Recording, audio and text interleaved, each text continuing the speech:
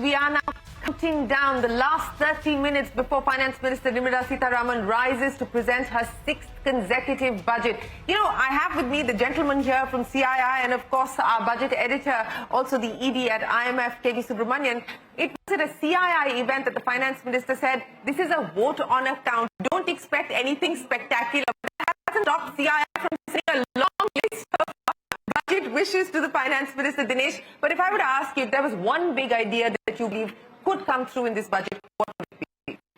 No, I think if you really look at it, it is making sure continuity. So you can't say that, you know, you want one big idea.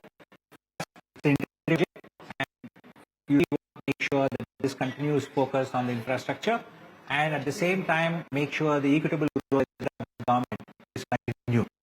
Okay. Rajiv Memani just finished a long discussion on the tax wish list, from TDS to TCS to BEPS and so on and so forth. But realistically, you know, what's the expectation on the tax front as far as the interim budget is concerned? Yeah, I mean, I would say that on the tax front, two things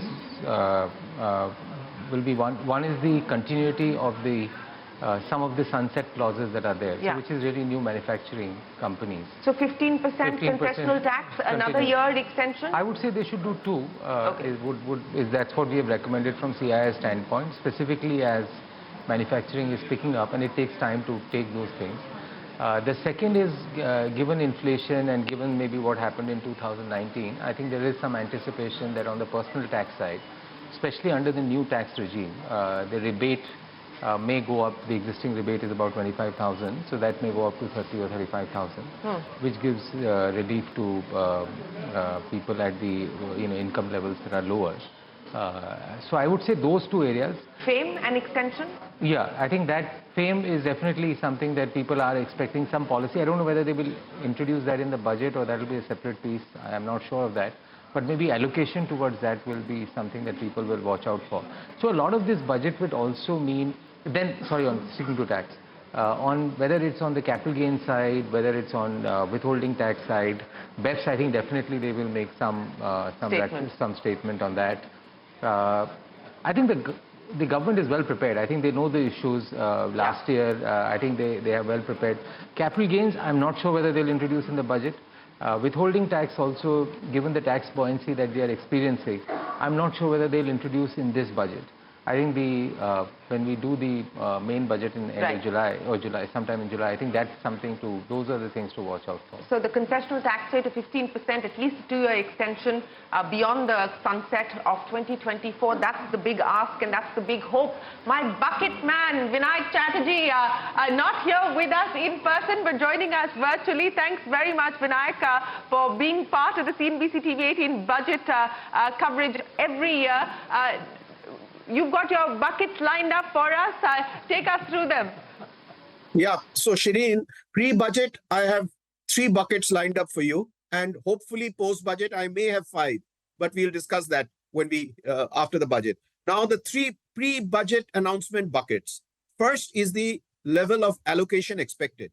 Please remember, in FY22, the allocation increased by 30% from 5 lakh crores to 7.5 lakh crores. In FY23, it increased 35% from 7.5 lakh crores to 10 lakh crores. So this budget, FY24-25, I am expecting another 30% increase, which will take the union budget allocation from last year's 10 lakh crores to 13.5 lakh crores or 13 lakh crores. So watch the space, Sheeren. And if it hits 13.5, then you got to recognize the fact that I hit the same button last year was correct. And this year, hopefully, one should hit the bullseye again.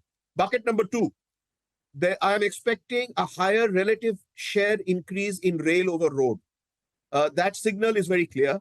And bucket number 3 is that there is, as core infrastructure sectors mature, particularly road, rail, and power, I am expecting a higher allocation this time, particularly pre-election, in the social infra sector, which is health and education. So these are my 3 buckets. Over to you. Thanks very much, Vinayak Chatterjee. If your Capex hits the bullseye, the allocation number that you've given us here on CNBC-TV18, it's going to make industry very happy. It's better than the CII demand. CII demand is 12 lakh crores, and you're saying that you expect the government to deliver 13.5. So it's going to make everyone very happy. And of course, we'll have to talk about your 5 buckets, but that, of course, is post-budget. But the one big idea, and you know, if PM Kisan was the big idea of 2019, what's the one big idea you think they might deliver this time around? You're asking me to guess. Yes, of course. I think, while I'm not able to point out the specific big idea, my sense is it could be in the area of women. Because as we were discussing earlier, that acronym of GYAN that the Honorable Prime Minister created, where N is for Nari, I think there might be something. The big idea that I would love, you know, if either it happens now or maybe in the budget in July, would be, as it is, the labour force participation ratio, as we've seen, has increased significantly, you know, in the last 5 years. So a further push, and one of the things, if you start thinking about, and Sheeren, you would know this much better than all of us here men, oftentimes women actually, you know, choose to possibly not join the workforce because they have to take care of their children or elderly parents or parents-in-law. And if we look at many of the advanced economies, the infrastructure that they have for elder care and child care is something that really encourages women to go and join the workforce. And it also, it can be a double benefit, because you can have women taking care of, you know, of children and elderly, and thereby releasing other women who want to actually have these people taking. I have to say, I think that this could perhaps, and this is my gut as well, we're speculating, but I think that this could perhaps be one of the big ideas that comes through, incentivization of the childcare industry with the women focus. That perhaps could be something that we see the finance minister deliver on. You know, again, going back to directional statements, because that perhaps is what the finance minister is likely to do beyond the nitty-gritties of the next few months. A green transition fund, something that CII has proposed as well. And investment ministry is also something that CII is putting on the table. You know, do you believe directionally they might signal, the finance minister might signal some of these ideas around AI and so on and so forth as well? Yeah, AI I think will definitely feature in some form or fashion. Green, something around how India's allocation on whether it's green hydrogen, green transition fund, also PLI schemes that are directed towards the green supply chain. I'm sure that those things will definitely find references.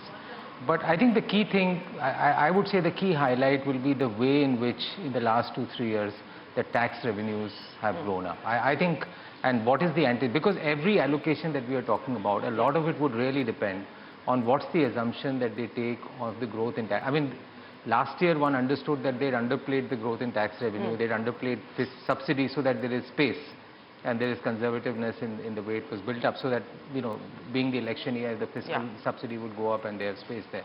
If we are able to project a 12, 13%, 14% growth in tax revenues next year, then a lot of what you are saying, I think there will be enough fiscal space. That's the number that KV Subramanian has put on the table, that a 13% growth is what the government is likely to project. Gentlemen, we are still about 15 minutes away from the finance minister's speech. Vinayak, a final word from you on the big idea that you expect outside of the Capex number before I let you go. I will give you very quickly 2 big ideas. A certain tilt towards rural infrastructure to address the discussion throughout the year on low demand coming from rural India. And I agree with Rajiv that the next big idea would be a lot of mention on green energy. These are the 2 big ones. Yes, Dinesh, please. So employment-linked incentives, so that it is linked with job growth, and I would say MSME focus. Employment-linked incentives to promote job growth, you wanted to make a point as well. Just want to actually add to what Dinesh was saying. If you would recall the employment incentive scheme that was announced as part of the Atmanirbhar Bharat Yojana, PM Rozgar Yojana, you know, has actually done very well. That 24%, you know, 12% employee contribution and 12% employers contribution for firm less than 1,000 employees and for firms like greater than 1,000 employees taking care of the employees' contribution.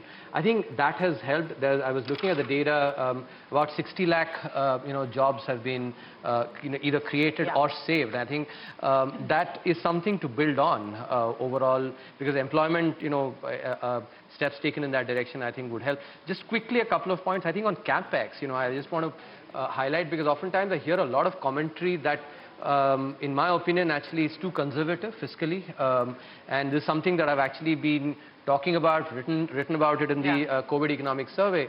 I think the key point to remember is that we have to look at Capex on the demand side perspective, infrastructure, and I think make sure we do not copy paste what we see.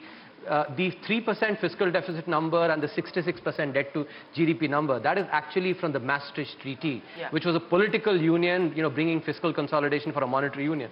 So that is not something that we should just be taking and copy pasting. We should be thinking for ourselves. You're on Vinayak's side as well. Absolutely, that we need to. Yes, Yeah. and bottom line is, if we have to be an advanced economy, our infrastructure has to mirror that of an advanced economy. All right, so that's the wish list. Those are the asks that the Confederation of Indian Industry is going into the interim budget with. Will Finance Minister Nirmala Sitharaman deliver on all of this? We will, gentlemen, check back with you post the budget, but the market's holding at this point in time. Let's go back across now to our market desk to tell you what's buzzing. Sheeren, thanks very much for that, Sheeren. Well, the market's holding.